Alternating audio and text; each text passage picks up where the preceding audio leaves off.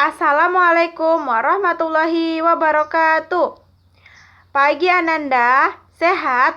Alhamdulillah sehat. Kita semua sama-sama berharap bahwa kondisi kita selalu dalam keadaan sehat walafiat dan selalu dalam lindungan Allah Subhanahu wa taala dan terhindar dari segala macam bentuk penyakit dan juga mara bahaya. Nah, sebelum kita memulai pembelajaran pada pagi hari ini, mari bersama-sama kita membaca basmalah.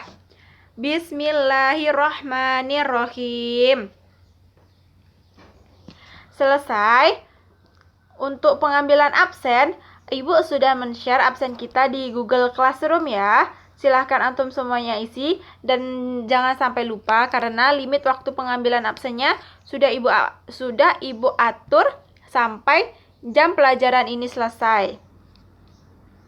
Oke, paham? Insya Allah paham ya. Nah, untuk sedikit motivasi kepada antum semuanya, seperti kata pepatah ataupun peribahasa, kejarlah ilmu sampai ke negeri Cina. Nah, walaupun kita mendapatkan ilmunya di negeri yang sangat jauh sekali, tetapi yang namanya kewajiban itu tetaplah kewajiban. Jadi kita harus tetap mengejar ilmu itu meskipun negerinya sangat jauh. Nah, meskipun pembelajaran kita dilaksanakan secara daring itu melalui berbagai macam bentuk aplikasi dalam handphone, namun semangat kita dalam menuntut ilmu itu tidak boleh luntur. Kita harus tetap bersemangat dalam menuntut ilmu. Karena apa? Karena yaitu tadi, karena menuntut ilmu merupakan kewajiban bagi setiap muslim. Dan juga ibu berharap dan ibu sangat berpesan kepada Ananda semuanya, tetaplah menjaga kesehatan dan mematuhi protokol kesehatan ya. Kalau banyak-banyak minum, apabila keluar rumah harus juga memakai masker. Nah, itulah sedikit motivasi untuk Ananda semuanya ya. Nah, terkait materi pembelajaran kita pada pertemuan kali ini yang akan kita bahas yaitu menganalisis sejarah Islam di Cina dengan satu indikator juga yaitu menjelaskan kembali bagaimana sejarah masuknya Islam itu di Cina. Itulah yang akan kita bahas ya. Selanjutnya setelah kita nantinya belajar tentang materi pada pertemuan kali ini, diharapkan Ananda semuanya nanti mampu setelah mengamati, menanyakan, mengeksplorasi, mengasosiasi dan mengkomunikasikan. Diharapkan Ananda semuanya nanti mampu menjelaskan kembali sejarah Islam yang ada di Cina ini dengan rasa keingintahuan, dengan rasa tanggung jawab, disiplin. Selama proses pembelajaran itu juga harus bersikap jujur, percaya diri, pantang menyerah, serta harus berpikir kritis dan kreatif. Juga mampu berkomunikasi dan bekerja sama antara Ananda semuanya dan teman-teman dengan baik. Itulah tujuan pembelajaran kita pada pertemuan kali ini. Selanjutnya, adapun materi kita materi kita minggu lalu yaitu sejarah Islam di Jepang. Nah, akan sedikit Ibu jelaskan kembali sejarah masuknya Islam ke Jepang ini sekitar tahun 1877 dan hampir bersamaan dengan datangnya agama Kristen yang dibawa oleh imperialisme Barat. Titik perkembangan Islam di Jepang adalah tahun 1890 saat sebuah kapal laut milik kerajaan Turki Ottoman singgah di Jepang dalam rangka menjalin hubungan diplomatik. Dari situlah warga Jepang jadi lebih mengenal Islam serta kebudayaannya. Akan tetapi dalam perjalanannya pulang, kapal bernama Ertugrul ini karam. Nah, itulah materi pembelajaran kita minggu lalu, yaitu sejarah Islam di Jepang. Nah, untuk pertemuan kali ini kita akan membahas bagaimana sejarah masuknya Islam di Cina, bagaimana perkembangan Islam itu di Cina. Nah, ini ya peta dari Cina itu sendiri. Di situ terdapat Mongolia, Beijing, Shanghai, Hong Kong, dan banyak di situ ya, ada Nepal, ada Bhutan, dan banyak sekali. Silahkan jika Ananda semuanya ingin lebih jelas lagi untuk mengetahui daerah-daerah Cina ini, silahkan antum coba searching di Google ataupun sumber-sumber terpercaya yang lainnya ya. Di sini Ibu hanya menampakkannya sekilas saja agar antum mengetahuinya. Sekarang kita masuk ke materi kita pada pertemuan kali ini, yaitu sejarah Islam di Cina. Secara geografis, Cina ini terletak di benua Asia bagian timur atau Asia Timur, dan berada di antara 18 derajat LU sampai 54 derajat LU dan 73 derajat BT sampai 135 derajat BT. Jadi Cina ini terletak di bagian Asia Timur. Selanjutnya Cina berbatasan dengan Mongolia. Di sebelah utara Cina ini berbatasan dengan Mongolia, dan sedangkan di sebelah selatannya berbatasan dengan Nepal, Bhutan, India, Myanmar, Laos, dan Vietnam. Di sebelah timurnya Cina berbatasan dengan Korea Utara, dan sedangkan sebelah baratnya berbatasan dengan Pakistan, Kirgistan, Kazakhstan, dan Tajikistan. Nah, itulah jadi Cina ini terletak di benua Asia bagian timur, dan juga di setiap bagiannya terdapat batasan-batasannya ya. Selanjutnya, Cina ini merupakan negara merdeka dengan sistem pemerintahan yang berbentuk republik dan berideologikan komunis. Nah, ini yang Ibu sampaikan di awal pertemuan tadi ya. Carilah ilmu walau sampai ke negeri Cina. Demikianlah sebuah hadis Nabi Muhammad SAW. Setidaknya beliau sudah mengenal negeri Cina karena hubungan perdagangan antara bangsa Arab dan bangsa Cina. Berarti Rasulullah ini mengenal negeri Cina ini karena adanya hubungan perdagangan yaitu antara bangsa Arab dan bangsa Cina. Dan ini dimulainya kapan, Bu? Dimulai dari abad ke-7 dan abad ke-8 atau abad ke-1 dan ke-2 Hijriah. Orang Muslim Persia di Arab sudah turut serta dalam kegiatan pelayaran dan perdagangan sampai ke negeri Cina ini ya. Selanjutnya adapun masa pemerintahan di negeri Cina ini, yang pertama ada pada masa pemerintahan Taizong, yaitu pada tahun 627 sampai 650 Masehi ya.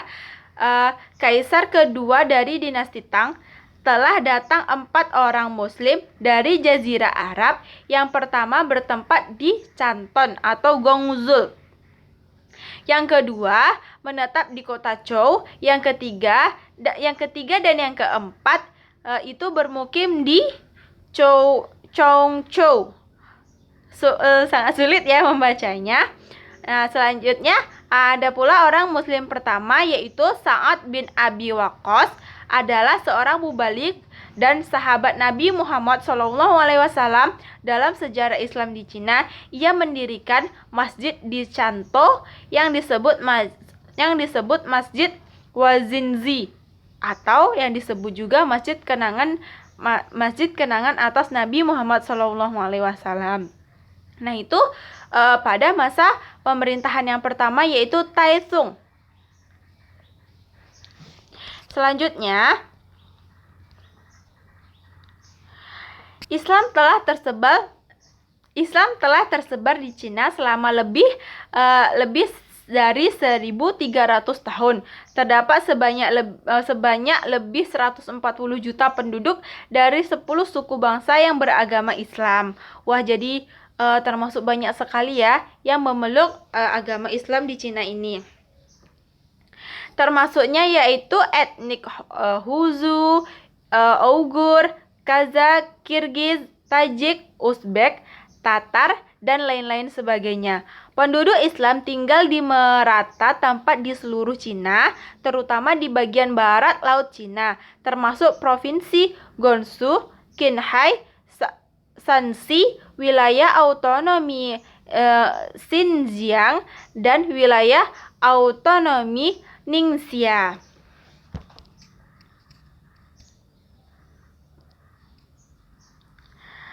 Islam berkembang di Cina diyakini sejak tahun 651 Masehi, yaitu pada masa dinasti Tang. Dinasti Tang ini merupakan salah satu dinasti yang paling makmur dalam sejarah Cina. Jadi Islam berkembang di Cina ini pada dinasti Tang, yaitu ini termasuk kemakmuran yang paling makmur dalam sejarah Cina. Pada zaman itu terdapat 2 jalan dari ibu negara dinasti Tang ke negeri Arab. Kedua jalan itu dikenal sebagai jalur sutra. Satu jalur sutra darat melalui bagian barat Cina, satu lagi jalur sutra laut melalui pelabuhan Guangzhou dan di Cina Selatan. Nah, jadi kejayaan perkembangan Islam di Cina ini pada masa dinasti Tang.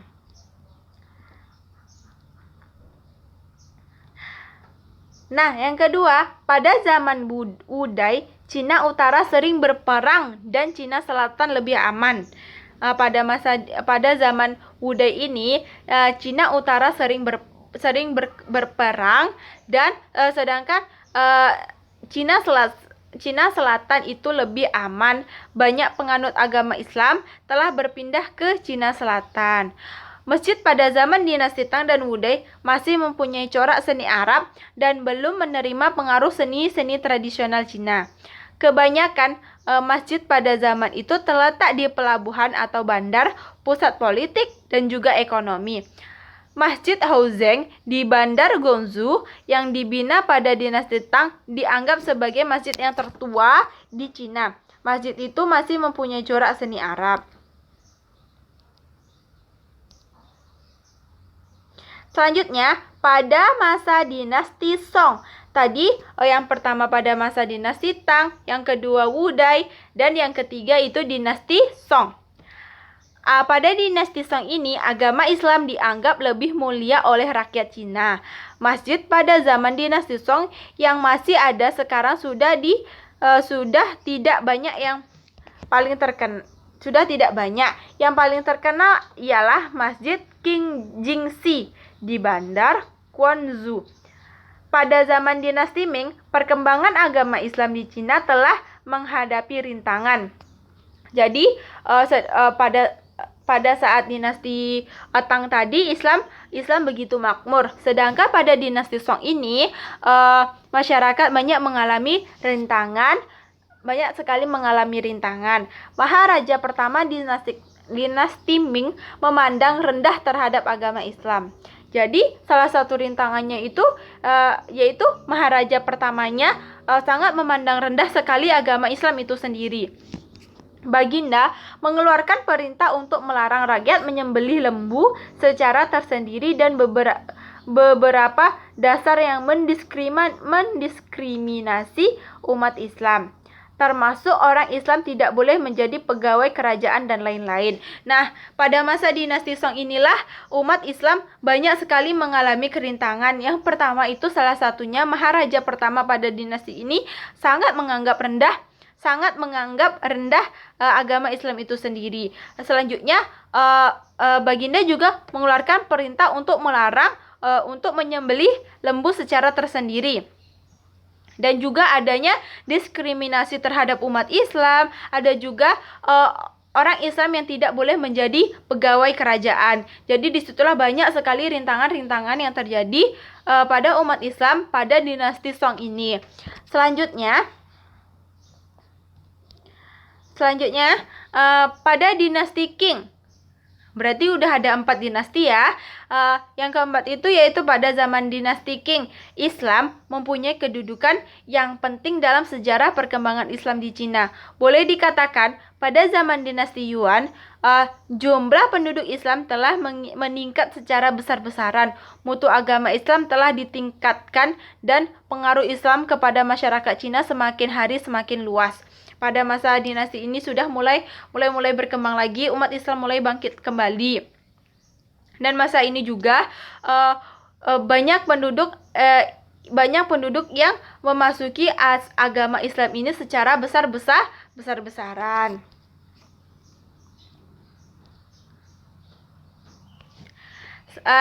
Nah, di sini ada perpaduan ya antara dua dinasti, yaitu pertama dinasti Ming dan di Qing, merupakan abad perkembangan dan peralihan bagi masjid di Cina. Seni masjid secara berangsur-angsur berubah dari seni Arab ke seni Cina. Umat Islam di Cina pernah memberi sumbangan yang besar terhadap perkembangan sains dan teknologi Cina. Kalender yang diciptakan oleh umat Islam pernah digunakan di Cina dalam waktu yang panjang. Alat pandu arah angkasa yang diciptakan oleh seorang ahli ilmu falak yang bernama Zamaruddin pada dinasti Yuan sangat populer di Cina. Nah, selanjutnya, sejak PRC didirikan pada tahun 1949, agama Islam telah berkembang sangat pesat. Karena Cina mengamalkan dasar bebas agama, tidak menggalakkan rakyat beragama, tetapi semua agama dianggap sah dan dilindungi. Karena kerajaan juga menyediakan biaya untuk memperbaiki masjid dan memberi dasar keutamaan kepada umat Islam. Kerajaan juga memberikan bantuan kepada masjid dan persatuan Islam untuk memperbaiki bangunan dan biaya harian. Nah, pada tahun 1949 ini agama Islam berkembang sangat pesat karena Cina sudah tidak lagi mendiskriminasikan umat Islam, tetapi Cina sudah mengamalkan dasar bebas agama. Apapun agamanya sudah diresmikan dan dilindungi, dan juga menyediakan biaya untuk memperbaiki masjid-masjid, memberikan dasar keutamaan kepada umat Islam. Jadi di sini agama Islam sangat berkembang pesat. Misalnya saja, semacam Masjid Niuji, yaitu masjid yang paling tertua di Beijing ini merayakan ulang tahun yang ke-1000. Kerajaan memberikan dana sebanyak beberapa juta yuan RMB untuk memperbaiki masjid itu. Pada masa dahulu, umat Islam Cina tidak mampu menunaikan ibadah haji, tetapi sekarang banyak orang-orang Cina yang beragama Islam menunaikan ibadah haji dengan biaya sendiri-sendiri. Dan kerajaan juga menyediakan kemudahan dalam berbagai bidang. Jadi semenjak saat itu rakyat Cina sudah membebaskan agama Islam itu sendiri. Contohnya saja ini pada masa masjid tertua di Cina itu, di Beijing itu sendiri berulang tahun yang ke-1000, kerajaan memberikan donasi dana sebanyak berjuta-juta. Dan juga yang sebelumnya rakyat Cina belum bisa melaksanakan ibadah haji, namun sekarang rakyat Cina itu sudah bisa melaksanakan ibadah haji dengan dananya sendiri-sendiri. Ini dia ya, Niuji Mosque. Ini gambaran masjid tertua yang berada di Beijing. Sangat bagus sekali ya masjidnya. Selanjutnya, nah ini dikutip dari World Factbook bahwa penduduk Cina berdasarkan agamanya antara lain yang pertama, Buddhis ada 18,2%, yang beragama Kristen ada 5,1%, Islam sebanyak 1,8%, kepercayaan ada 21,9%, Hindu 0,1%, Yahudi 0,1%, agama lainnya 0,7%, termasuk Taoisme yang tidak diketahui juga ada 52,2%. Nah, itulah sejarah masuknya Islam di Cina ya. Terdapat beberapa dinasti tadi. Yang pertama seperti Tang, Wudai, Qing, Song, dan lain sebagainya. Dan perkembangan Islam di Cina ini juga mengalami banyak masa-masanya, yang ada yang dia berkembang pesat, terus dia anjlok lagi, banyak memiliki rintangan, dan kemudian pada akhirnya sampai saat sekarang ini Cina sudah sangat berkembang pesat. Nah, sampai sini ada yang ingin ditanyakan?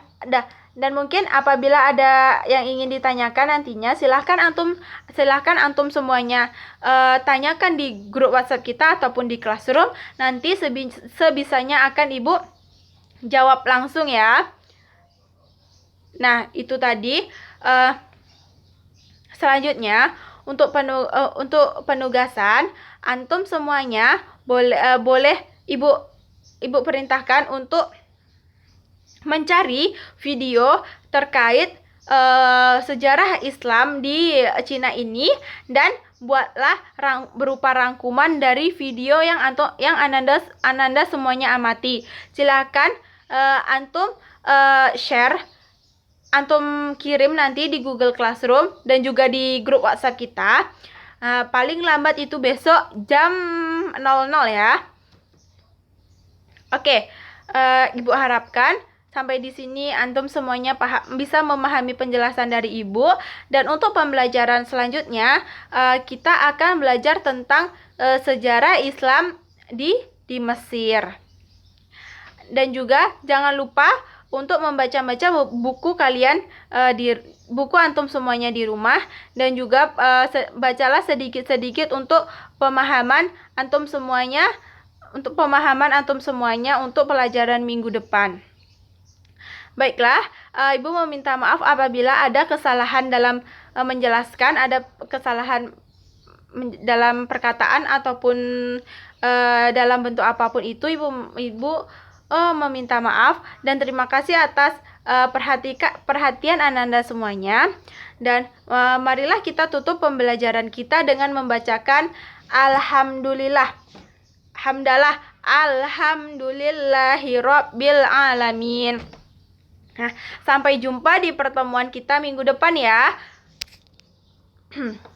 Sekian, terima kasih. Wassalamualaikum warahmatullahi wabarakatuh.